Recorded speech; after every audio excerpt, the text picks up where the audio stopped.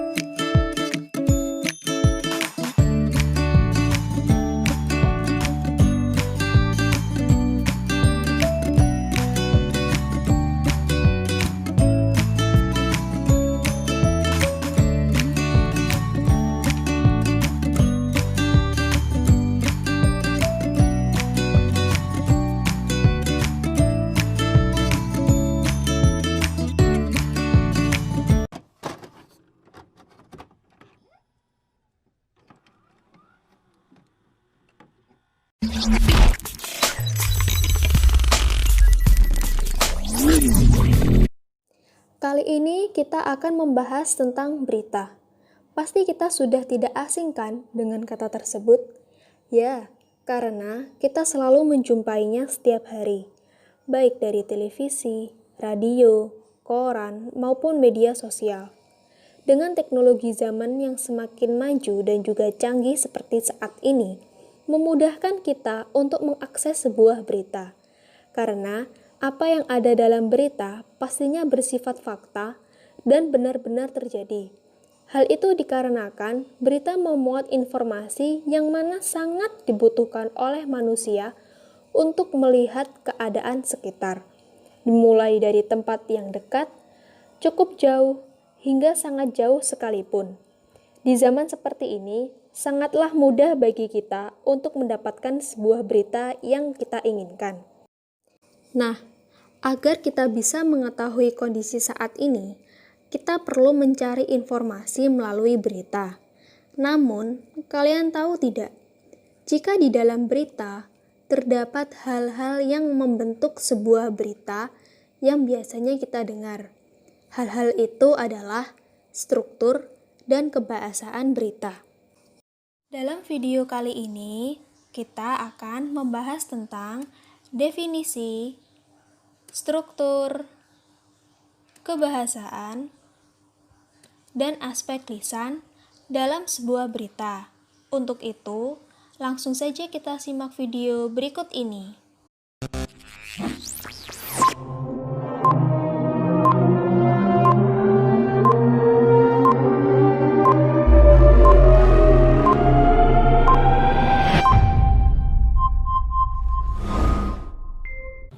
Assalamualaikum warahmatullahi wabarakatuh. Bagaimana kabar kalian hari ini anak-anak?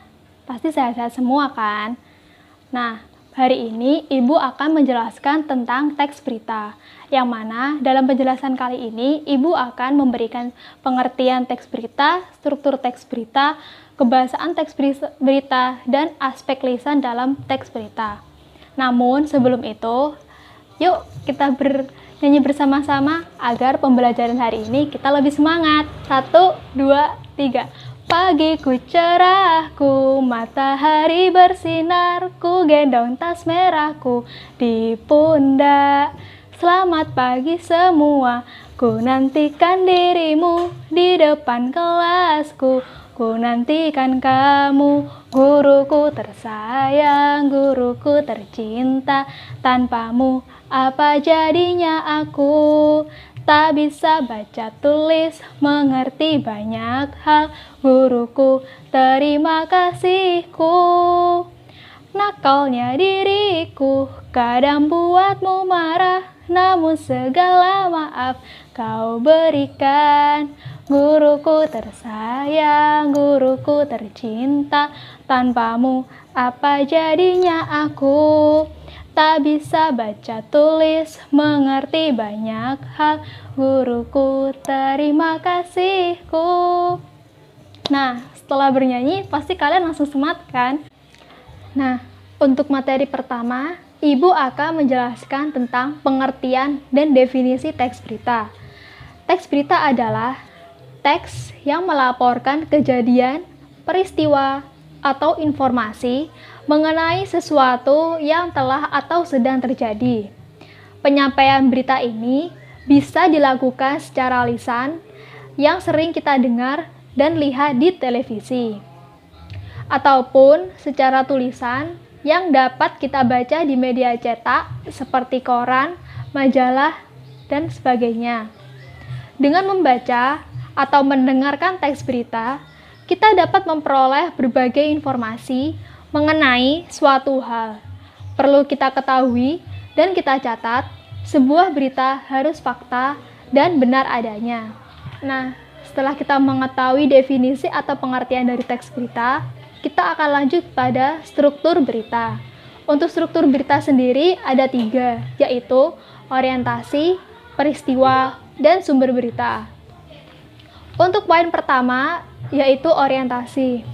Orientasi adalah proses kejadiannya dijelaskan dari awal hingga akhir, secara singkat dan sesuai fakta. Lalu, poin kedua yaitu peristiwa yang dibawakan harus mengandung adiksimba. Nah, untuk adiksimba sendiri yaitu ada A, apa, di mana, K, kenapa, Si, siapa, M, mengapa, dan B, bagaimana. Untuk apa sendiri dalam sebuah berita yaitu apa yang terjadi pada berita tersebut atau peristiwa apa yang terjadi pada berita tersebut. Untuk di mana biasanya lebih mengacu pada lokasi atau tempat terjadinya peristiwa tersebut. Dan untuk yang kenapa bisa kita ketahui seperti kenapa peristiwa itu bisa terjadi atau kenapa berita tersebut bisa terjadi dan sebagainya.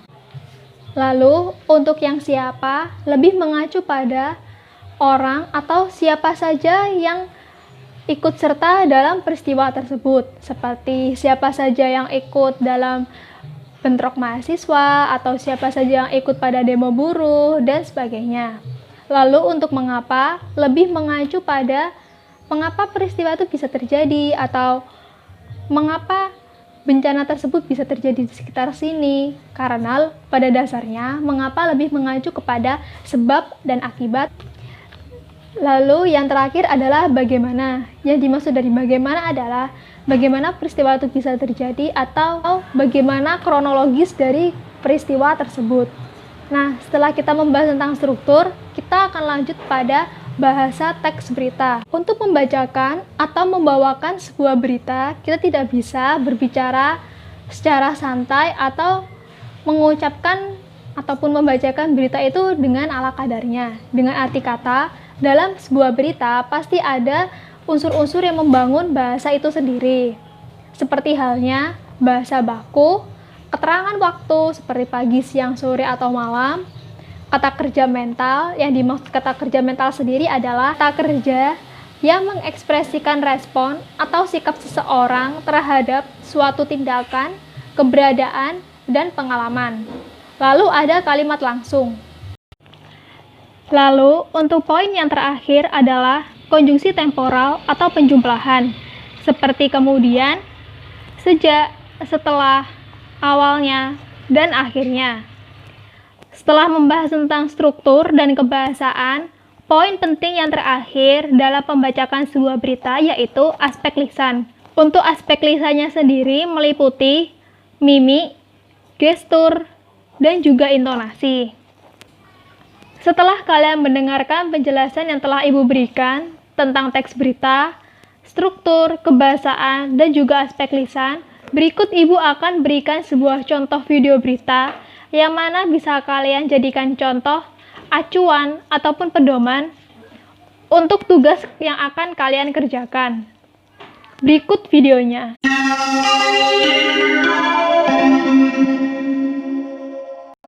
Selamat pagi pemirsa dimanapun Anda berada. Saya akan menyampaikan berita teraktual dan terhangat hari ini. Bersama dengan saya, Maftuha Robiatul di CNN Indonesia. Initiating System 1.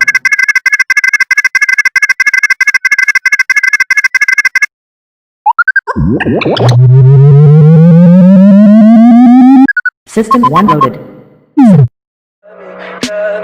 Tell me pretty lies, look me in the face, tell me that you love me, even if it's fake. Ya pemirsa, 2 hari jelang Lebaran, ini arus kendaraan dari Jakarta menuju Jawa Barat, Jawa Tengah, dan Jawa Timur di ruas arteri Pantura, Kota Cirebon terpantau ramai lancar. Meski pemerintah melarang adanya mudik, namun nyatanya volume kendaraan khususnya roda 2 yang melintas di jalur Pantura terus mengalami peningkatan. Iring-iringan pemudik sepeda motor ramai melintasi ruas jalur utama Pantura Cirebon, tepatnya di Simpang 4 Kanggraksan di Kota Cirebon pada Jumat pagi. Para pengendara ini didominasi oleh plat motor Jabodetabek dan Karawang yang mengarah ke wilayah Jawa Tengah.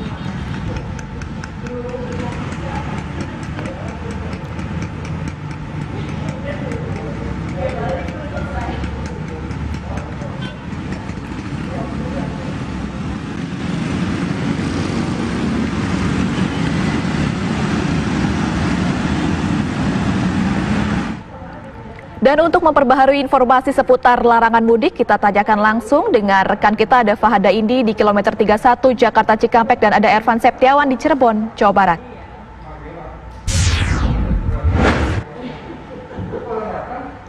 Ya, kita akan ke Fahada Indi terlebih dahulu. Indi, sampai dengan saat ini masih banyakkah ini kendaraan pribadi yang harus putar arah karena melanggar larangan mudik?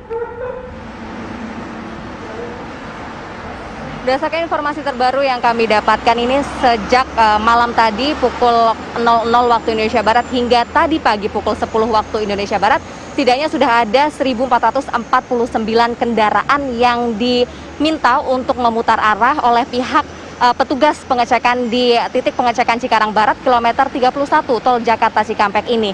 Sementara itu untuk dari pihak petugas pengecekan ini juga sejak Jumat kemarin sudah mulai menerapkan peraturan gubernur nomor 47 tahun 2020 di mana nantinya di titik penyekatan ini petugas akan langsung membelokkan kendaraan-kendaraan pribadi khususnya kendaraan-kendaraan non pengangkut logistik untuk langsung dibelokkan menuju ke gerbang tol Cikarang Barat 3 kecuali mereka-mereka yang bisa menunjukkan SIKM atau surat izin keluar masuk Jakarta kepada petugas yang berjaga di sini yang sebelumnya surat tersebut pun sudah didapatkan berdasarkan hasil pengajuan mereka yaitu ke laman Pemprov DKI Jakarta yang diperoleh secara daring.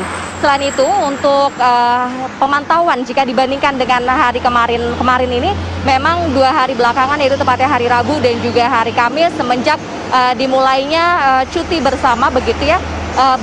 Sejak dimulainya kantor-kantor ini meliburkan para karyawannya ini banyak kendaraan yang melintasi titik poin ini di mana untuk hari Kamis kemarin sendiri ada lebih dari 9.300 kendaraan dari pukul 00 hingga pukul 24 yang harus diputar arahkan oleh petugas karena memang terindikasi akan melakukan mudik.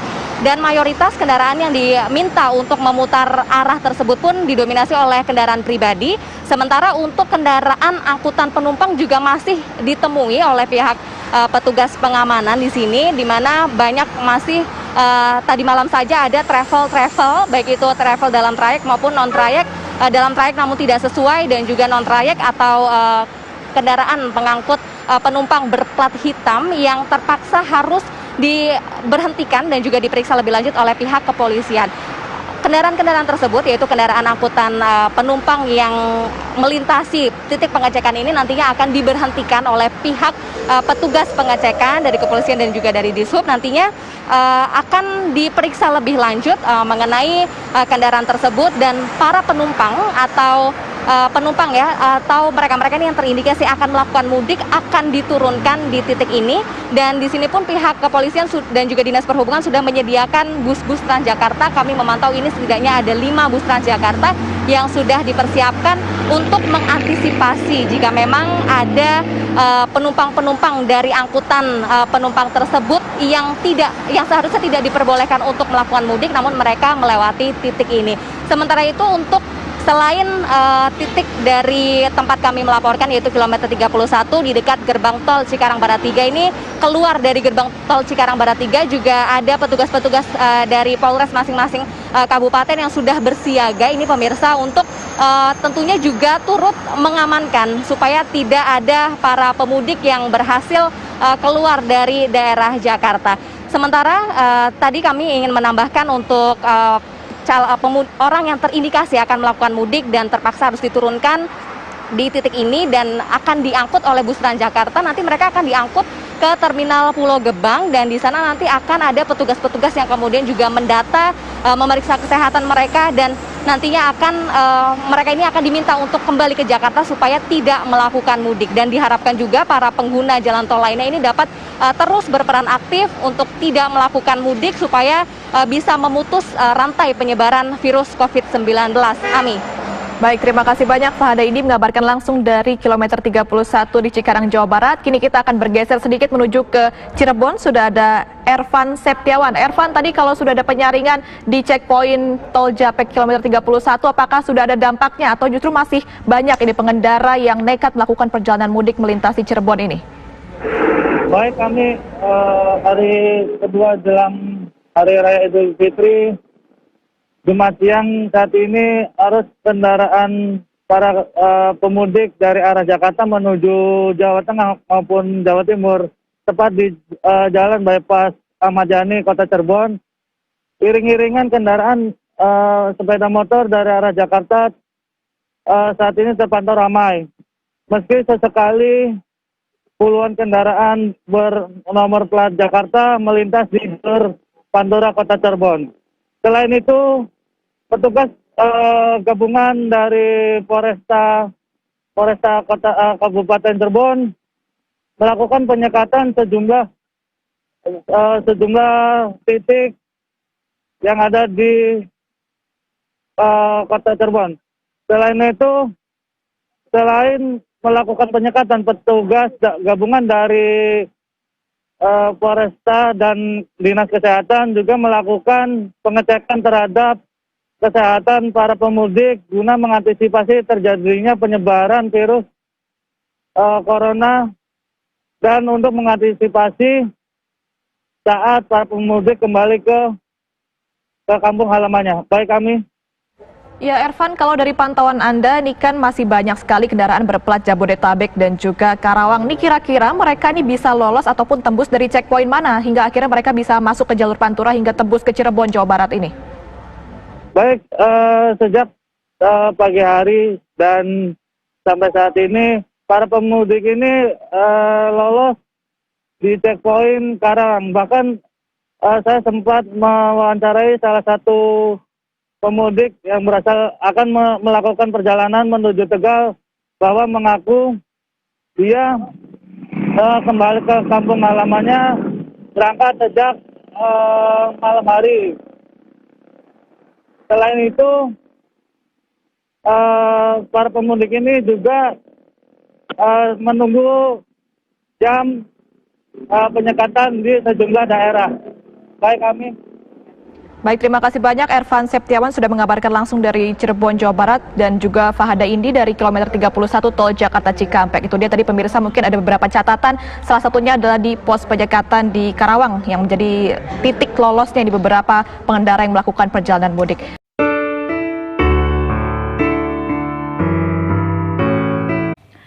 Itulah sementara berita yang bisa saya sampaikan.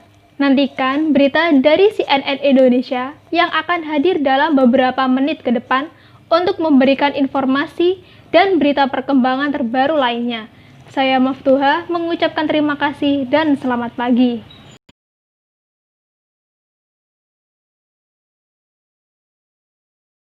Dari video berita yang sudah kalian lihat, pastinya kalian sudah dapat menemukan mana saja yang termasuk struktur berita, apa saja bahasa berita yang digunakan, dan juga aspek lisannya bagaimana. Sehingga, simpulan dari pembelajaran hari ini adalah, sebuah berita harus disampaikan dengan singkat, padat, dan jelas dengan memperhatikan struktur dan kebahasaan berita. Walaupun singkat, padat, dan jelas, berita harus dibawakan atau dibacakan secara lengkap, dari awal hingga akhir, dan peristiwa tersebut bersifat fakta. Nah, dari video pembelajaran hari ini, ada tugas yang harus kalian kerjakan. Tugas yang pertama yaitu membuat berita. Silahkan cari berita yang ada di sekitar kalian. Contohnya, pandemi corona ataupun penutupan jalan, dan bisa juga PSBB yang terjadi pada daerah kalian. Nah, berita tersebut kalian buat sesuai dengan struktur berita yang sudah Ibu jelaskan. Dan jangan lupa gunakan juga bahasa berita yang sudah Ibu jelaskan tadi. Lalu tugas yang kedua yaitu silahkan membuat video berita yang mana kalian seolah-olah sedang membawakan sebuah berita. Ketika kalian membuat video berita tersebut, kalian juga harus memperhatikan aspek lisan. Aspek lisannya pasti sudah tahu kan tadi apa saja, yaitu mimik, gestur, dan intonasi. Yang mana kedua tugas tersebut akan kalian kirim kepada wali kelas kalian untuk dinilai. Sekian pembelajaran yang bisa Ibu bawakan. Terima kasih dan wassalamualaikum warahmatullahi wabarakatuh.